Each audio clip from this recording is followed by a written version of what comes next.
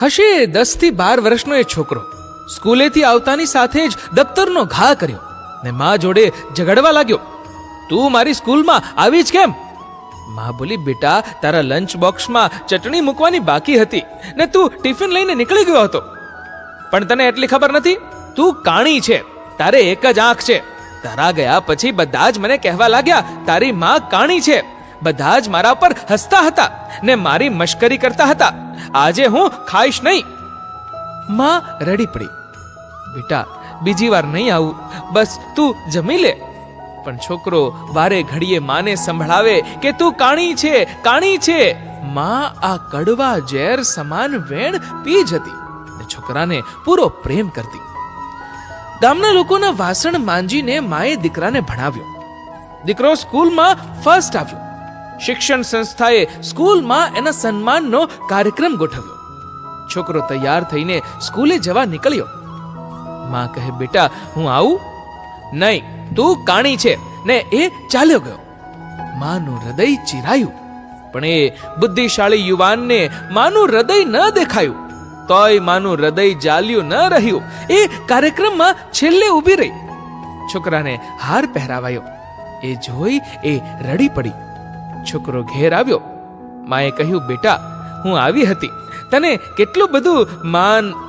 હજુ માં પૂરું કરે એ પહેલા તો છોકરાએ રાડ પાડી, કાણી તને ના પાડી હતી તો આઈ તું આવી. હૃદયનું રુદન હૃદયને સંભળાય, બુદ્ધિને નહીં. માનું હૃદય ખૂબ રડ્યું. વર્ષો વીત્યા. છોકરાના લગ્ન થયા. આજુબાજુ વાળા રોજ બોલે છે તારી સાસુ કાણી છે, મારાથી આ સહન નહીં થાય. ને એક દિવસ દીકરાએ માને કહ્યું, તું કાણી છે માટે અમે શહેરમાં રહેવા જઈએ છીએ.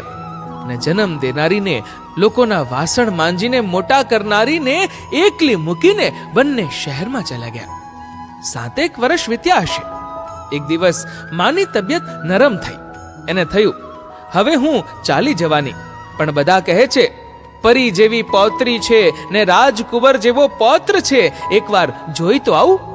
પણ ત્યાં જ વહુનો અણગમો ને દીકરાનો હૃદયને વિંધી દેતો શબ્દ કાણી યાદ આવતા એ અટકી ગઈ. પણ દિલ ન માન્યું. 3-4 દિવસ તો રોઈ રોઈને કાઢ્યા. પછી રહેવાયું નહીં. એ નીકળી પડી. શહેરમાં દીકરાને ઘેર રમતા બાળકોને જોઈ એ દોડી ને બાળકોને અડે એ પહેલા તો વહુએ રાડ પાડી, અડશો નહીં. ત્યાં જ છોકરો આવ્યો ને ગુસ્સામાં તાડુક્યો ને બોલ્યો, કાણી તું કેમ આવી? જા નીકળ અહીંથી. માં આંસુને દબાવી ગામડે આવી ગઈ.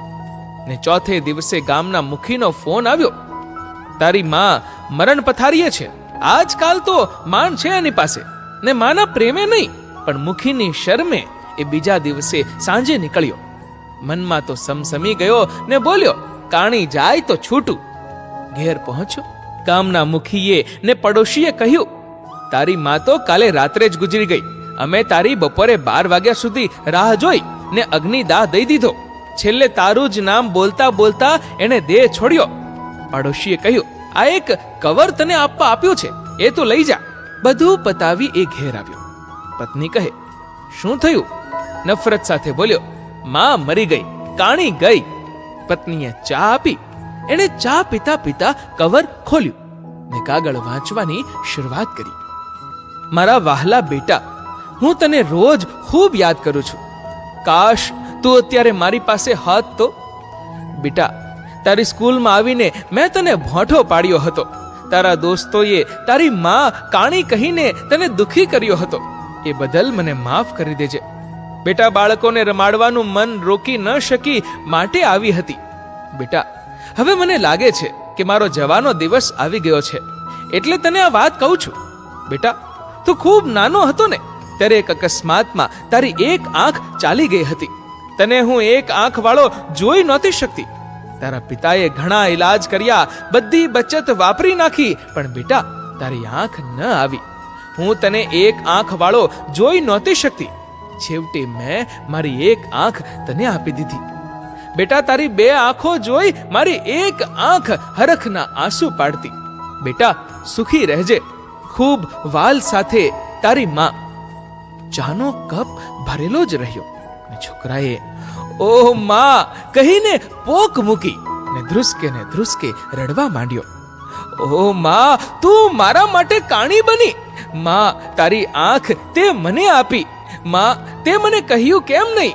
તું એકે વાર આજ સુધી બોલી નહીં. માં મને માફ કર. પણ માં હવે સાંભળવા ક્યાં રહી હતી? મિત્રો, આ વિડીયો વિશે તમારું શું કહેવું છે? નીચે કમેન્ટ કરીને જરૂરથી જણાવો.